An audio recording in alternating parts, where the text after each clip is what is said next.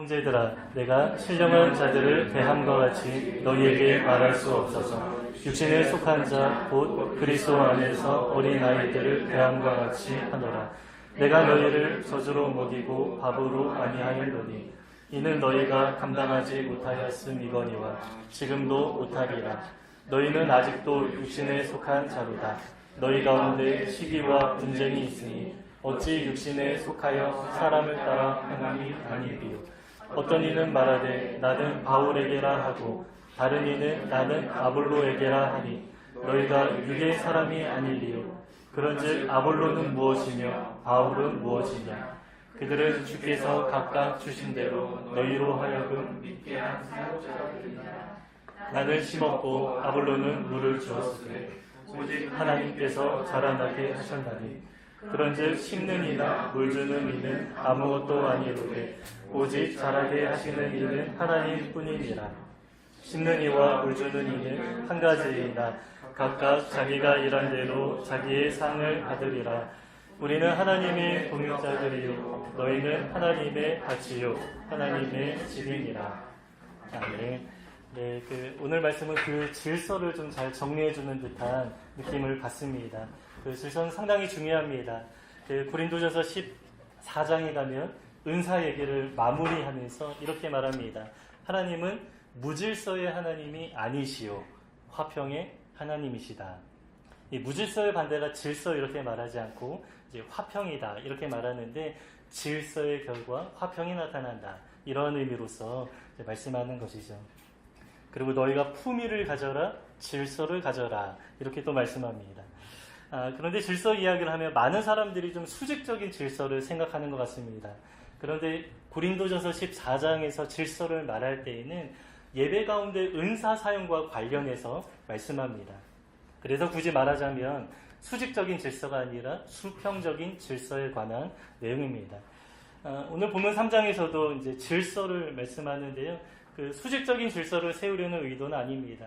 그렇다고 수평적인 질서도 아닙니다. 우리 모든 관계 가운데 반드시 포함되어야 하는 대상이 있는데 대상이 누구십니까?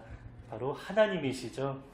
따라서 교회 질서를 말할 때에 성도 간의 관계에 대해서만 말씀하지 않고 하나님을 모신 공동체 안에는 어떠한 질서가 나타나야 하는가 이 주제를 다루는 것입니다. 여러분 이런 이야기를 하는 이유가 무엇입니까? 교회 안에 다른 질서가 없었기 때문이죠.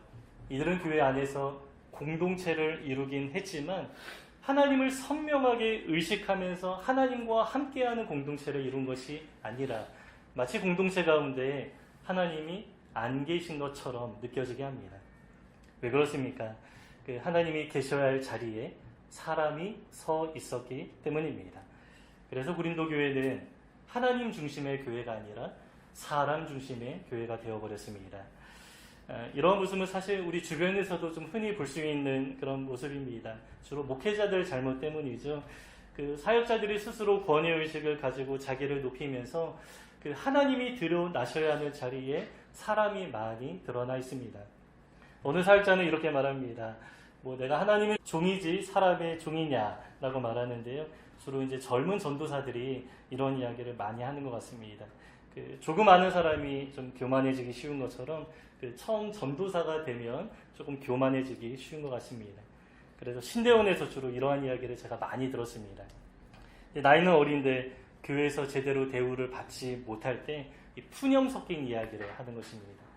그러면서 스스로 자기를 높이는데 나는 하나님의 종으로 부름을 받았지만 사람의 종은 아니다. 스스로 하나님의 종이라고 의식하기 때문에 좀 겸손한 것처럼 느껴지지만 여러분 이 말의 실상이 어떻습니까? 하나님 아래에는 있지만 결코 사람의 종은 되지 않겠다. 사람보다는 높다. 이런 식으로 인식하는 것이죠. 말로는 하나님을 높이지만 결국에 하나님이 높아지셔야 하는 자리에 하나님이 드러나셔야 하는 자리에 자기가 서게 되는 것입니다. 이러한 의식을 가지고 있는 사람이 담임 목사가 되면 정말 모든 면에서 교만해지기 참 쉽습니다. 그동안 한국교회 안에 참 민망한 이야기들이 많이 회자되었습니다. 담임 목사를 잘 섬겨야 하나님의 축복을 받는다라는 것이죠.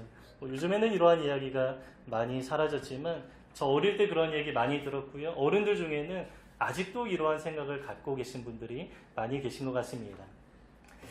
그래서 우리 주변에 그 사람 중심의 교회들이 참 많이 있는데 대부분 제가 볼 때는 좀 사역자들의 문제가 아닌가 이렇게 생각됩니다. 그렇다고 모든 문제가 다 사역자의 문제는 아닙니다. 오늘 본문에서 고린도 교회가 사람 중심의 공동체가 되었는데 누구의 문제였습니까? 고린도 교회는 성도의 문제였습니다. 그 고린도 교회 주 사역자가 2명 있었는데요. 바울과 아볼로였죠. 이들은 스스로 교만한 사람이 아니었습니다. 하나님 앞에서 사역자로서 자기 자리, 자기 위치를 바르게 인식하던 겸손한 사람들이었습니다. 그러나 문제가 무엇입니까? 성도들이었죠. 성도들이 사역자를 높이 세우면서 나는 누구에게 속했다. 이러한 식으로 생각하고 자랑하는 것입니다. 여러분, 이 문제가 왜 생기는 것입니까? 이 문제의 근원을 깊게 들여다보면 제가 볼 때에는 믿음과 아주 긴밀하게 연결되어 있습니다. 눈에 보이지 않는 하나님을 명확하게 믿지 않으면 사람이 잘 드러나게 되었습니다. 내가 높아지려고 하는 것이죠. 그리고 어느 사람을 이제 지켜 세우는 것입니다. 그러나 여러분, 사람은 하나님 앞에서 우리 모두가 다 이제 겸손해야 하죠. 이제 긍휼의 대상입니다. 사람은 도구이고요, 통로일 뿐입니다. 그러나 하나님을 잘 의식하지 않으면 그 사람들끼리 서로 비교하고 높이고 낮추기도 합니다. 그 원인은 아주 분명합니다. 눈에 보이지 않는 하나님이 잘 믿어지지 않기 때문입니다. 지난번에 우리가 히브리서 공부했는데요. 여러분, 이 히브리 성도들의 그 문제가 무엇이었습니까? 이들은 유대교에서 기독교로 이제 개종했습니다. 그런데 이전에 유대교에 있을 때에는 눈에 보이는 것들, 그리고 손에 잡히는 것들이 많이 있었습니다. 대표적으로 제사가 있었죠. 제사를 지내면 마음이 시원해집니다. 그 죄의 대가를 치르는 어떤 행위가 눈에 보이고 아주 명확하기 때문에, 그래서 이러한 행위를 통해서 죄가 사라진다라고 말하면 쉽게 믿어지는 것이죠. 그러나 이들이 기독교로 들어왔는데, 여러분, 기독교 안에 어떻습니까? 아무것도 없죠. 그냥 예수 십자가를 단지 마음으로 믿으면 죄가 사라진다라고 말합니다. 여러분, 이것은 오히려 믿기가 어려운 것입니다. 무언가 나의 어떤 행위를 통해서 대가가 치러지면 죄가 사라질 것만 같은데 그냥 믿음으로 죄의 문제가 해결된다라고 하니까 믿기 어려운 것입니다. 그래서 이들은 쉬운 방법으로 다시 돌아가고 싶어 하는데, 그 히브리서 저자가 이들에게 강력하게 경고하면서 무슨 이야기를 합니까? 히브리서 내용은 전체가 다 예수 그리스도가 누구신가에 대한 내용으로 가득하게 채워져 있습니다. 그분이 눈에 보이지는 않지만 바른 지식으로 또 바른 믿음으로 하나님께 나아가야 하기 때문에 그분에 관한 이야기로 가득하게 채워져 있는 것입니다. 그러면 이들이 어떻게 살아가야 합니까? 눈에 보이지 않는 예수님을 단지 믿음으로 살아가야 하는 것입니다. 이 믿음이 명확하다면 눈에 보이는 무언가를 의지하지 않게 됩니다. 여러분, 우리가 그 다른 종교 생각해 보시면 아주 쉽습니다. 여러분, 불교 어떻습니까? 그 들어가는 입구부터 그 아주 무섭게 생긴 그 사천왕이 자리하고 있습니다.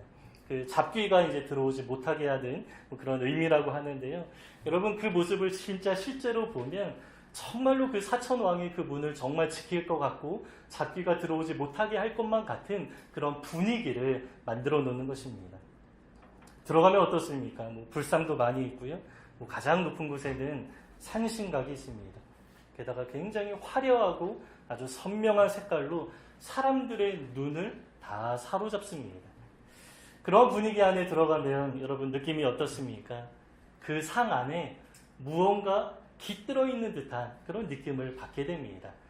그래서 그런 자리에 가서 그것과 관련된 믿음을 갖는 것이 그렇게 어렵지는 않습니다. 아주 쉽게 믿어집니다. 여러분, 모든 종교가 다 그런 것 같습니다. 천주교 마찬가지입니다. 천주교 안에도 여러 가지 상이 많이 있죠. 예수님 상도 있고 대표적으로 마리아 상이 있습니다. 근데 사람들은 굳이 어느 곳이나 하나님이 임재하시는데 굳이 그 상 아래에 가서 기도하려고 합니다. 그러나 여러분, 성경에서는 상을 만들지 말라 말씀하시죠. 신의 산에서 하나님이 모세에게 나타나셨는데 그때 하나님이 이렇게 말씀하십니다. 십계명과 관련하여서 말씀하는데요. 너희가 나와 관련된 어떠한 형상도 보지 못했다. 그러므로 상을 만들지 말라. 아주 분명하게 말씀하십니다. 그럼에도 천주교는 자꾸 이제 상을 만듭니다. 눈에 보이지 않는 하나님이십니다. 우리의 하나님은 영이십니다. 그 하나님은 우리가 믿음으로 살아가야 하는데 그 하나님을 눈에 보이는 무언가로 자꾸 대체하려고 하고 자꾸 표현하고 만들려고 합니다. 하나님을 대체하는 무언가 좀 만들고 싶어하는 그런 욕망이 반영되어 있는 것이죠. 게다가 천주교는 뭐 이제 우리가 유럽 가보지는 않았지만 대부분 이제 건물이 굉장히 높은데요. 그 높은 천장이 있는 어느 건물에 들어가면 여러분 분위기가 어떻습니까? 무언가 압도되는 것 같은 그런 느낌을 받습니다. 여러분 천주교회 건물이기 때문에 압도되는 것이 아닙니다. 어느 건물이든 그렇게 높게 만들어 놓으면 그 높이와 크기와 또 여러 가지 분위기 가운데 사람이 압도되는 그런 분위기를 느끼게 되는 것입니다. 그러나 여러분 우리 성도는 눈에 보이는 어떠한 것들 때문에 우리가 압도되는 것이 아니라 어느 분위기를 우리가 추구하는 사람이 아니라 여러분 분위기가 우리 사람을 압도하게 만들면 안 됩니다. 여러분 누가 우리를 압도하셔야 합니까?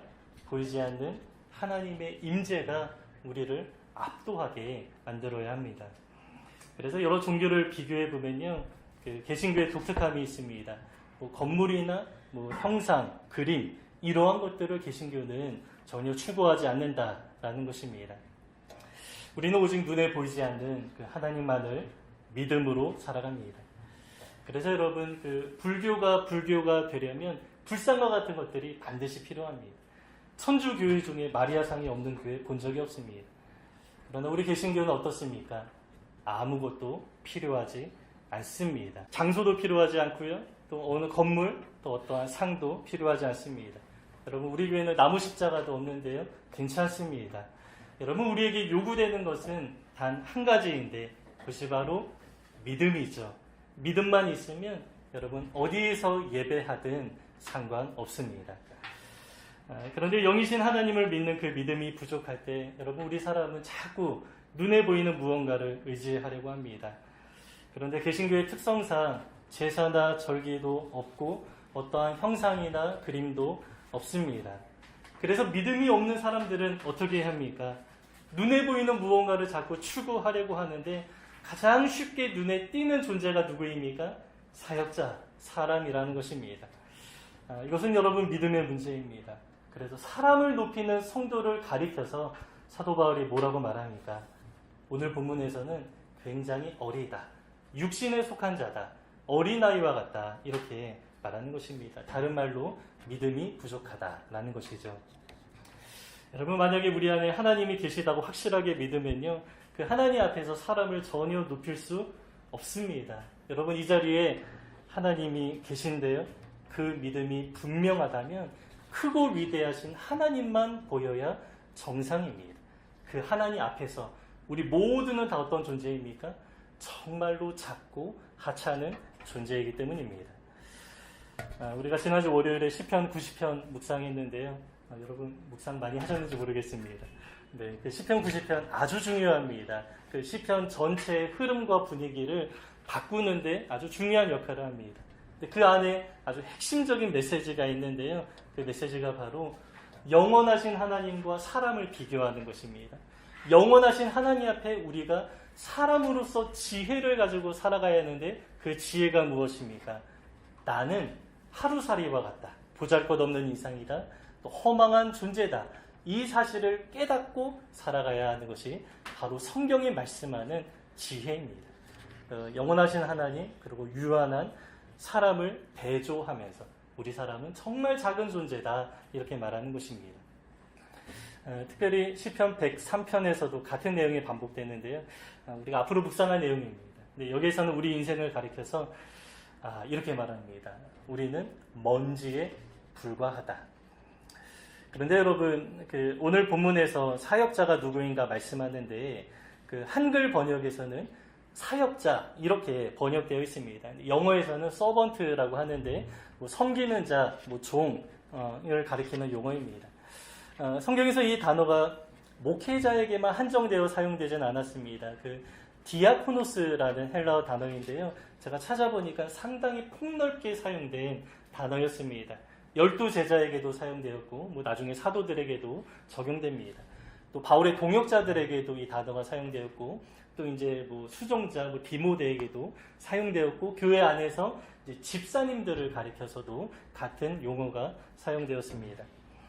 그런데 이 단어의 의미가 무엇인가 제가 조금 더 찾아보았더니 이 단어가 바로 먼지라는 단어에서 유래되었다라고 합니다. 그 디아코노스에서 디아는 전치사인데요. 이제 코노스에서 이 코노스는 코니스라는 단어에서 유래했다라고 하는데 그 코니스가 바로 먼지라는 뜻입니다. 그러니까 여러분 사역자들이 하나님 앞에서 어떠한 존재입니까? 아무것도 아닌 존재다라는 것입니다. 그래서 여러분 어느 사람을 가리켜서 대단하다라고 말하는 것은 여러분 전혀 어울리지 않는 표현입니다. 어느 사람이 대단한 것이 아니라 그 배후에 역사하시는 하나님이 크고 대단한 것이죠. 그 하나님을 바라보는 믿음이 부족하다면 전면에 드러나 있는 사람을 자꾸 높이게 됩니다. 그런데 고린도 성도들은 이제 사역자와 사역자를 비교하는데 이제 오늘 본문에 의하면 먼지와 먼지를 비교하면서 누가 더 낫냐 논쟁하는 꼴입니다. 그리고 나는 어느 먼지에 속했다라고 하면서 자랑하는 모습입니다. 그러면 여러분 그 사역자가 먼지라면 그냥 무시해도 되는 존재입니까? 그렇지는 않죠. 그 존재 자체는 하나님 앞에서 아무것도 아닙니다. 정말 먼지와 같은 존재입니다. 하지만 여러분 그 기능은 어떻습니까? 교회 안에서 꽤 중요한 역할을 감당합니다. 야고보서에 보면 그 큰 배와 그 배를 운전하는 그 키를 비교하는데요. 여러분 그 키가 어떻습니까? 그냥 어느 나무에 불과하겠죠. 비싼 제품이 아닐 것입니다. 더욱이 배 전체의 가격에 비교하면 아마 좀 비교가 안 될 가격일 것입니다. 그러나 배 전체를 움직이는데 아주 핵심적이고 중요한 기능을 담당합니다. 저는 기타를 좋아하는데요. 그 어느 정도 수리도 좀 할 줄 압니다. 그런데 기타에서 정말 중요한 부품이 있는데요. 그 줄을 지지하는 그 너트와 새들이라는 하얀 막대가 있습니다. 그 재질이나 높낮이에 따라서 음량이나 음색의 변화가 꽤 크게 나타납니다. 상당히 중요한 부품인데요. 여러분 그 가격이 얼마 하지 않습니다. 그 동물의 뼈로 된 밀도가 아주 높은 재질 하나 구매하는데 싼 거는 5,000원, 비싸야 2만 원이 안 됩니다. 기타 전체 가격에 비하면 아주 저렴한 것이죠.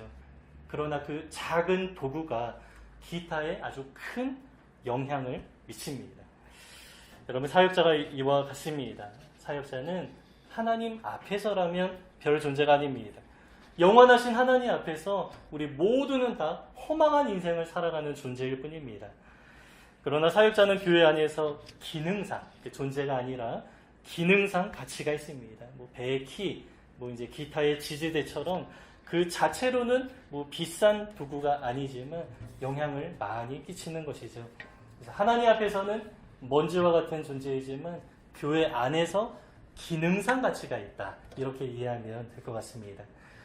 바울이 이런 관점에서 말씀합니다. 그래서 이제 5절에서는 나는 하나님 앞에서 사역자 이렇게 말하죠. 이제 사역자라는 것은 나는 섬기는 종일 뿐입니다. 라고 말하는데 여기 안에 담긴 의미가 있다라고 했습니다. 하나님 앞에서 먼지와 같이 하찮은 존재다라는 것입니다. 그러나 교회 안에서 어느 일정한 역할을 감당합니다. 그래서 6절에서는 나는 어떤 역할을 감당합니까? 심었다. 그리고 아볼로는 물을 주었다. 자, 그러나 라고 말하면서 자라나게 하시는 분이 누구십니까? 바로 하나님이십니다. 이렇게 고백하는 것입니다. 여러분, 그 심고 물 주는 것의 목적이 무엇입니까? 자라나게 하는 것입니다. 그러나 이것은 심고 물을 주지만 바울과 아볼로가 그 목적을 달성할 수 있습니까? 할 수 없다라는 것입니다. 그 목적을 달성하는 분은 오직 하나님이십니다. 그래서 이어지는 7절에서 이렇게 말씀하죠.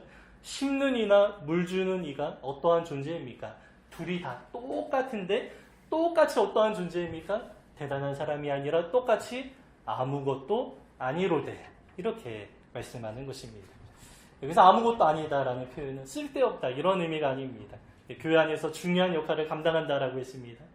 어떠한 면에서 아무것도 아니다 이렇게 말하는 것입니까? 하나님 앞에서 그리고 교회를 자라나게 하는데 그 존재가 아무것도 아니다. 오직 하나님이 하신다. 이렇게 말씀하는 것이죠.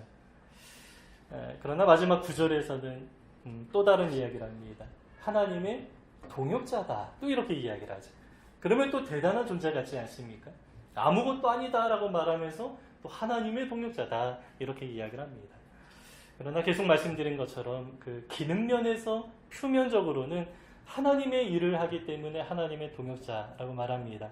그러나 그 존재 자체는 우리 모두가 똑같은데 아무것도 아닙니다. 아무리 열심히 일해도 하나님이 역사하시지 않으면 어떠한 역사도 교회 안에 나타나지 않습니다.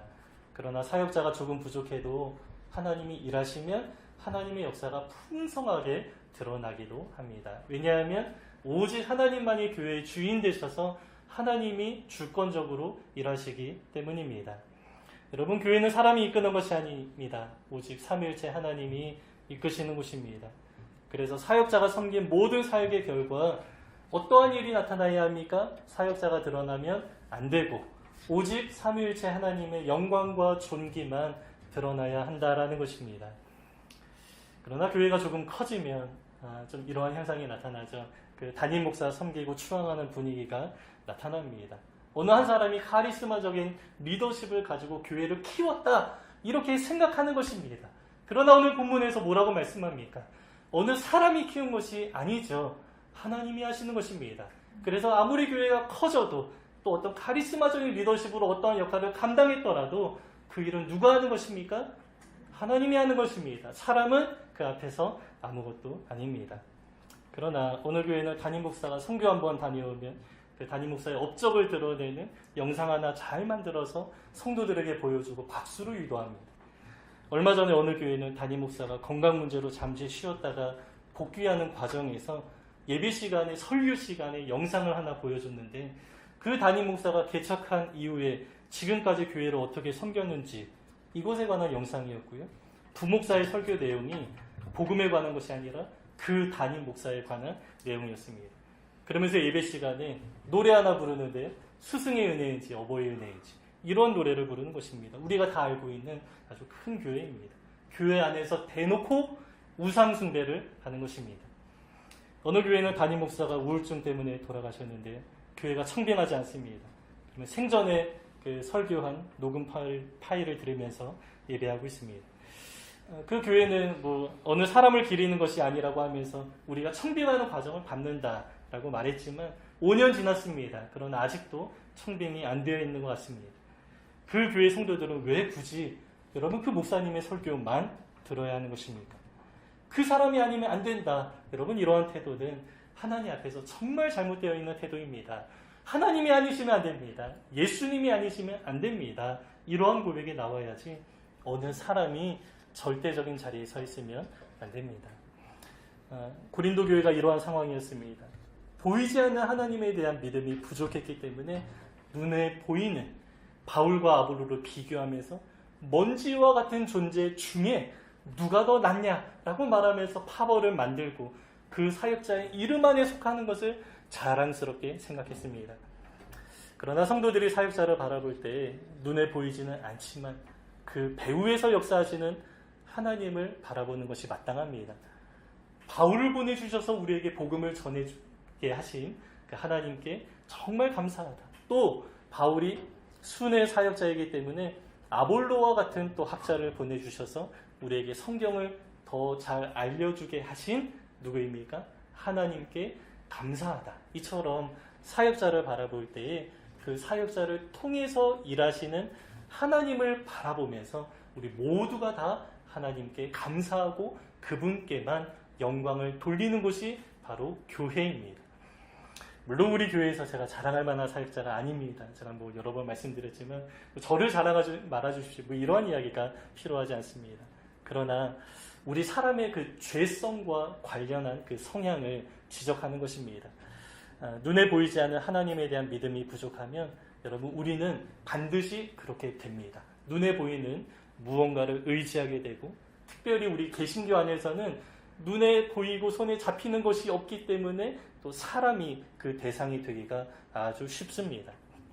그래서 우리가 다시 한번 우리의 믿음을 점검하면서 나는 정말 보이지 않는 하나님을 믿고 있는가? 오직 주님만 높이고 그분만 즐거워하고 그분에게만 소망을 두고 있는가? 우리가 늘 다시 한번 점검하면서 보이지는 않지만 정말로 보는 것처럼 믿으면서 그분을 높이면서 살아가야 하는 것입니다. 여러분, 지금 이 자리 가운데 삼위일체 하나님이 함께 계시는 것이 맞습니까? 여러분, 그 앞에서 우리 모두가 다 낮아지면 좋겠습니다. 그분 앞이라면 우리 모두가 그렇습니다. 먼지와 같은 존재이고 아무것도 아닌 자입니다. 어떤 사람도 그분 앞에서라면 높아질 수 없고 높일 수도 없습니다. 여러분, 우리 교회는 오직 삼위일체 하나님의 영광만 남기를 원합니다. 눈에 보이지 않지만 그분이 우리 가운데 살아 역사하신다, 이 분명한 믿음으로 살아가는 우리 모두가 되시기를 주님의 이름으로 축복합니다. 우리 1절부터 9절까지 다시 한번 읽고 말씀 마치겠습니다. 함께 읽겠습니다. 형제들아, 내가 신령한 자들을 대함과 같이 너희에게 말할 수 없어서 육신에 속한 자 곧 그리스도 안에서 어린 아이들을 대함과 같이 하노라. 내가 너희를 저주로 먹이고 밥으로 아니하였노니 이는 너희가 감당하지 못하였음이거니와 지금도 못하리라. 너희는 아직도 육신에 속한 자로다. 너희 가운데 시기와 분쟁이 있으니 어찌 육신에 속하여 사람을 따라 행함이 아니리요. 어떤 이는 말하되 나는 바울에게라 하고 다른 이는 나는 아볼로에게라 하니 너희가 육의 사람이 아니리요. 그런즉 아볼로는 무엇이며 바울은 무엇이냐. 그들은 주께서 각각 주신 대로 너희로 하여금 믿게 한 사역자들이니라. 나는 심었고 아볼로는 물을 주었으되 오직 하나님께서 자라나게 하셨나니 그런즉 심는 이나 물 주는 이는 아무것도 아니로되 오직 자라게 하시는 이는 하나님 뿐이니라. 심는 이와 물 주는 이는 한 가지니라. 각각 자기가 일한 대로 자기의 상을 받으리라. 우리는 하나님의 동역자들이요 너희는 하나님의 밭이요 하나님의 집이니라.